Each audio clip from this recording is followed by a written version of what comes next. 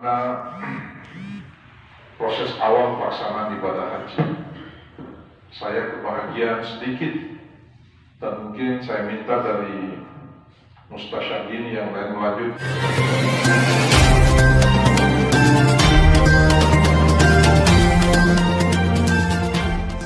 Lanjutkan nanti apa yang seharusnya kita kerjakan dalam proses menghadapi Al-Muzdalifah. Karena disinilah puncak ibadah haji. Al-Muzdalifah itu adalah kepanjangan dari Arafah, Muzdalifah dan Mina. Dan itu adalah puncak ibadah haji.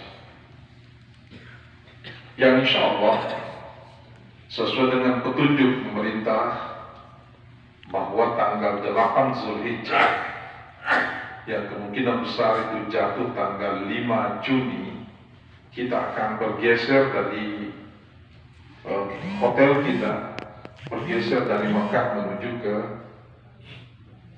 apa dulu? Tadi Al-Muzdalifah, Arafah. Jangan sampai langsung ke Muzdalifah dulu. Makanya disebut Al-Muzdalifah. Kemarin ada yang bertanya, Ustaz, bagaimana kami ini dari KBIU itu sudah memprogramkan tarwiyah.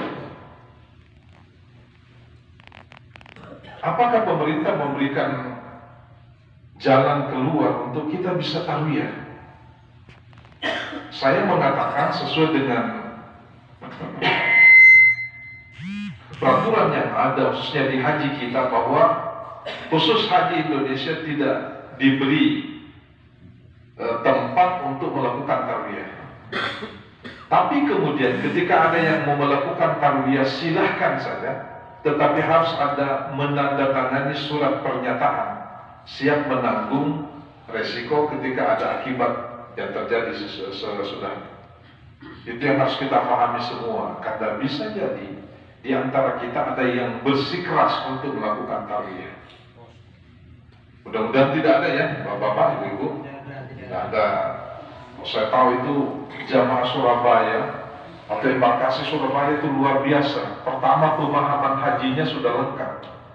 Makanya teman-teman dari Mustasyabin ini hampir tidak ada pertanyaan terkait dengan persoalan haji, terkait dengan rukun haji, terkait dengan syarat.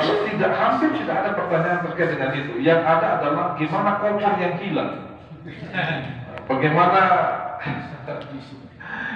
apa itu nusuk yang belum ada, bagaimana yang kemudian tidak bersama dengan suami istri, dan seperti itu pertanyaan yang ada. Ya itu yang banyak ya.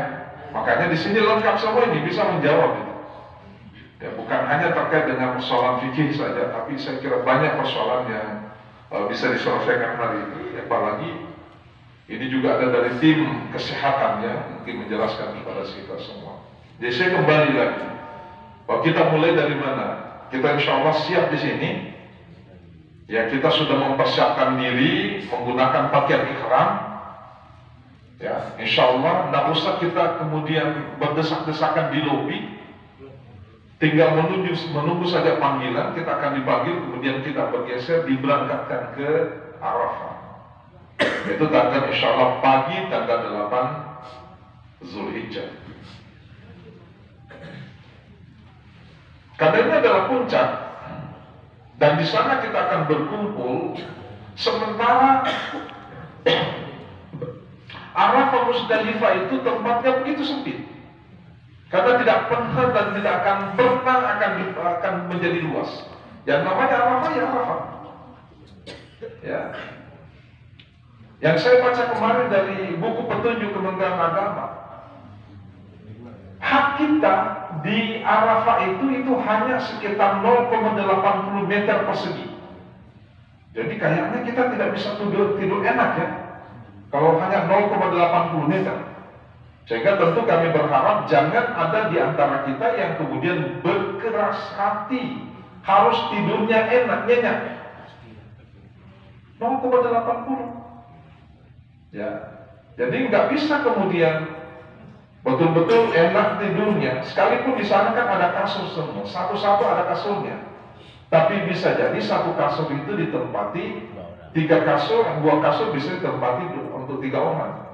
Karena itulah yang akan terjadi. Jadi, kalau itu terjadi nanti bapak-bapak harus sabar kan? Karena kita akan diuji kesabaran nih. Itulah sebabnya yang menjadi ikon pelaksanaan haji itu kan ada beberapa tokoh. Ya, tokoh Nabi Ibrahim, tokoh Ismail, tokoh Hajar, dan tiga-tiganya ini adalah tokoh yang menjunjung tinggi kesabaran. Karena itulah nanti yang menjadi ikutan kita kan, apalagi Rasulullah Muhammad SAW. Ya, ketika kita di Arafah, tentu bukan hanya kita sekedar datang di situ wukuf, karena insya Allah besoknya baru kita wukuf. Tanggal 9 Zulhijjah baru kita wukuf. Itu agak lama, 1 hari 1 malam kita berada di situ. Pertanyaannya apa yang harus kita kerjakan? Apa yang kita lakukan? Ya tentu bukan hanya sekedar tidur-tiduran saja kan? Yang kita kerjakan ya banyak. Semua ibadah kita kerjakan di situ. Yang pertama ya, karena kita semua ini banyak dosa, ya banyak istighfar. Ya Nabi saja istighfarnya luar biasa banyak ya, apalagi kita. Kita banyak istighfar. Pokoknya kalau bisa istighfar itu camkan, saya harus istighfar itu sampai 10.000 kali, boleh. Tergantung bacaan istighfar kita. Istighfar kita itu kan ada yang pendek, ada yang panjang kan. Terserah kita mau pilih yang mana. Hanya astagfirullah saja, astagfirullah, kira-kira hitung sampai berapa. Mau tambah lagi lebih panjang, itu juga ada. Ya astagfirullah, wa atubu ilaih, dan seterusnya. Astagfirullahaladzim, wa atubu ilaih. Astagfirullahaladzim, la ilaha illallah, dan seterusnya. Itu banyak sekali diajarkan oleh Rasulullah, oleh para ulama kita. Terserah kita mau baca mana.